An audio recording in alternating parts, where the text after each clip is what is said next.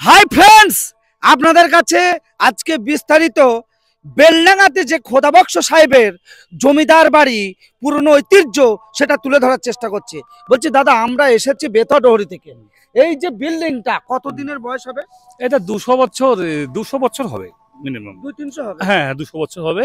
এটা সাহেবদের বাড়ি, খোদাবক্স সাহেবদের বাড়ি শুনতে পাই। এখানে নেতাজি সুভাষচন্দ্র বোস এসেছিল, গান্ধীদের বাড়ির লোক এসেছিল, আরো অনেকে এসেছিল। ইনি ব্রিটেনে ইংল্যান্ডে ছিল। আচ্ছা। ওখান থেকে কত সালে 1800 কত সালে ওখান থেকে এক মেমকে বিয়ে করে নিয়ে এসেছিল। আচ্ছা। সেই মেমের মডেলে এই বিল্ডিং তৈরি। আচ্ছা আচ্ছা। সেই মেম এই বিল্ডিং বানিয়ে দিয়ে গিয়েছে। খোদাবক্স সাহেব কি বিদেশি মহিলা বিয়ে করেছিল? খোদাবক্স সাহেবের ওদের একজন বাড়ির লোক। আচ্ছা। সেই লোক ইংল্যান্ড থেকে বিয়ে করে নিয়ে এসেছিল। সেই মেমের এই বাড়িটা তৈরি করা। তো এই বাড়িতে এখন কেউ থাকে? একজন বয়স্কা মহিলা থাকে। আচ্ছা, একজন। এবং এই বিল্ডিং গুলো অ্যাকচুয়ালি শোনা যাচ্ছে কোন সংস্থায় চলে গেছে? এটা ওয়াকফ বোর্ড। ওরা যেদিন থাকবে অতদিন এক ছেলে তো লন্ডনে থাকে, বাড়িতে থাকার মতো কেউ নেই, ঠিক আছে? তো লন্ডনে থাকে এখন। উনি মারা যাওয়ার পর ওয়াকফ বোর্ডে নিয়ে নেবে। একজন বয়স্কা মহিলা আছে, একজন আছে। তা এই খোদাবক্স সাহেবের কিছু কিছু ঐতিহাসিক কথাও মানুষের মনে পড়ে। ইনার নামে এই রোড এমপি রোড, এই পাশেরটা এমপি রোড, এমএলএ বাড়ির সামনে ওই রোডটা এমপি রোড।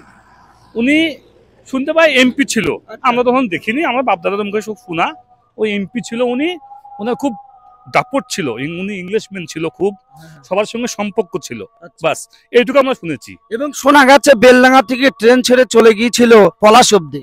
শুনেছি যে ট্রেন পেছিয়ে এসে বেলডাঙ্গা থেকে আবার ওনাকে নিয়ে গেছিল, শুনেছি এটা। আচ্ছা আচ্ছা আচ্ছা। বাস এইটুকু। তাহলে আপনার বাড়ি?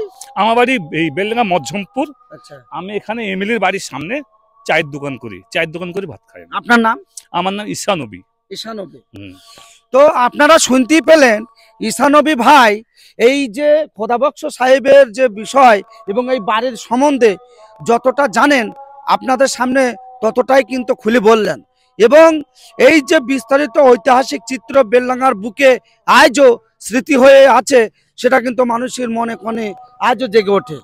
এবং এই যে ভাই আপনাদের সামনে যে কথাগুলো তুলে ধরলেন, অবশ্যই আপনারা সকলকে শোনানোর জন্য একটু ভিডিওটি বেশি বেশি শেয়ার করবেন।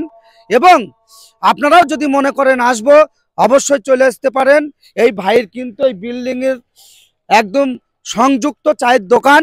আপনারা এসে মানে বিষয়বস্তু সবকিছুই জানতে পারবেন। স্টেশন থেকে 200 মিটার দূরত্বে, বাস স্ট্যান্ড থেকে 500 মিটার দূরত্বে। অবশ্যই আপনারা ভালো থাকবেন, সুস্থ থাকবেন। আমি আপনাদের সেই রাকিব মিডিয়া 01 ভাই। Hello India. লাইভ শেয়ার করবেন।